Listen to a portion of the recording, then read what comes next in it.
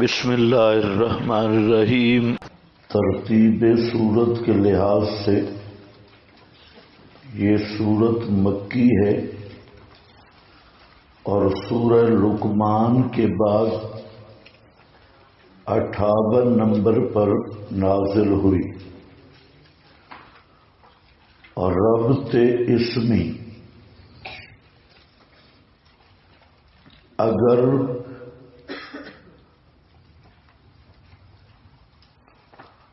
مسئلہ توحید سے غداری کی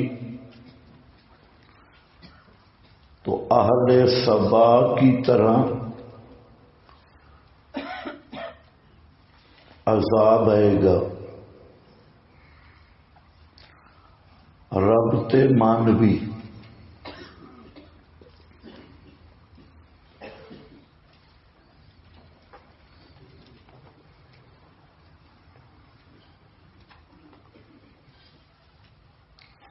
نمبر 1، احزاب کے آخر میں اللہ تعالی کی صفات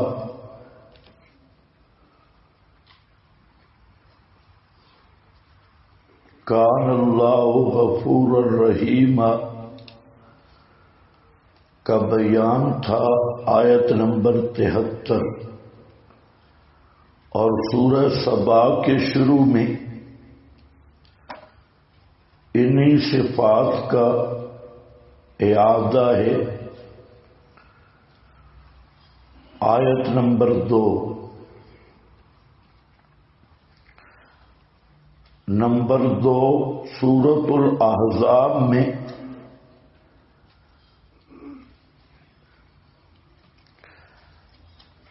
قیامت کے قیام کے متعلق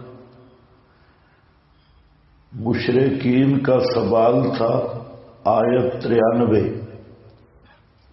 63،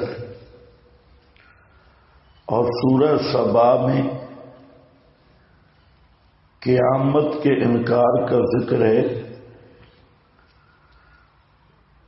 آیت نمبر 3۔ نمبر 3، سورۃ الاحزاب میں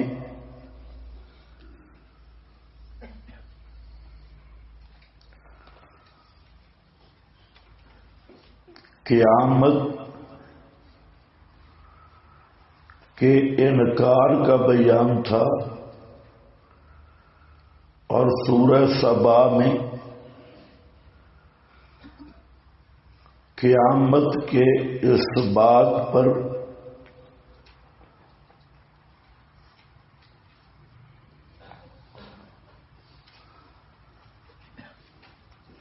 شواہد کا بیان ہے، آیت نمبر 3۔ نمبر 4، سورۃ الاحزاب میں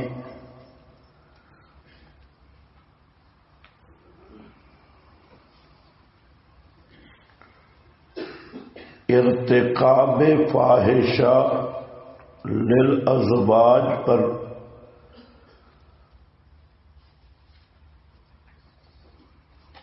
دوہرے عذاب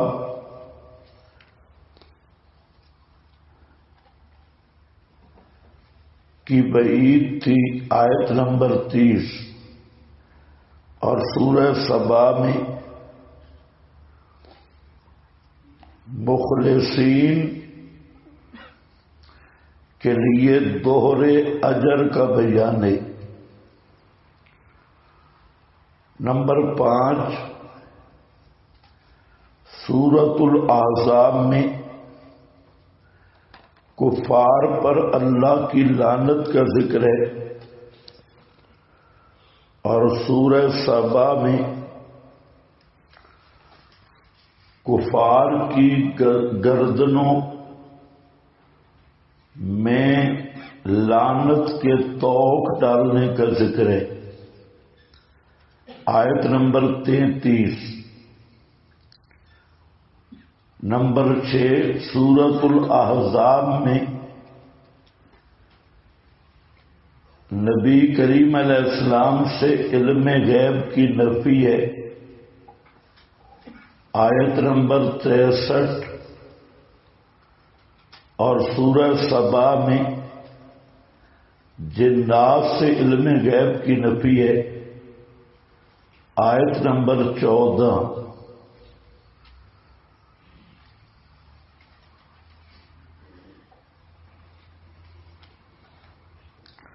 نمبر 7 سورۃ الاحزاب میں مشرکین کی خیانت کا ذکر ہے.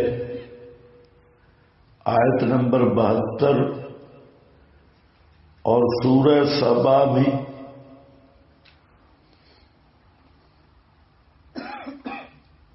مشرکین کے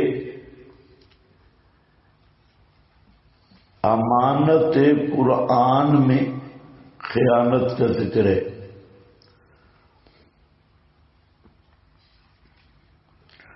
دعوی صورت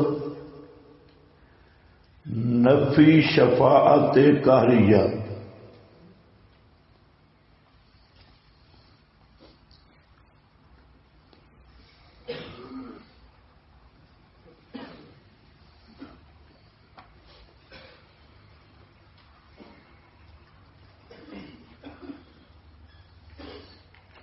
خلاصہ سورت میں مقاصد اربعہ کا بیان ہے.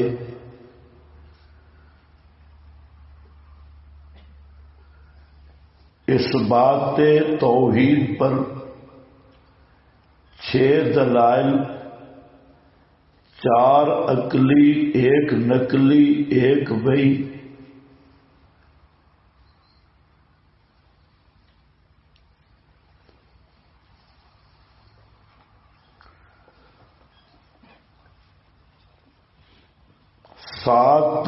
آٹھ طریقے تبلیغ اور رد الشبہات. مشرکین کا مشہور شبہ ہؤلاء شفاؤنا عند اللہ کا 4 طریقوں سے رد ہے. نمبر 1 مستقل نہیں. نمبر 2 حصہ دار نہیں. نمبر 3 معاون نہیں. نمبر 4 منوا نہیں سکتے. آیت نمبر 22.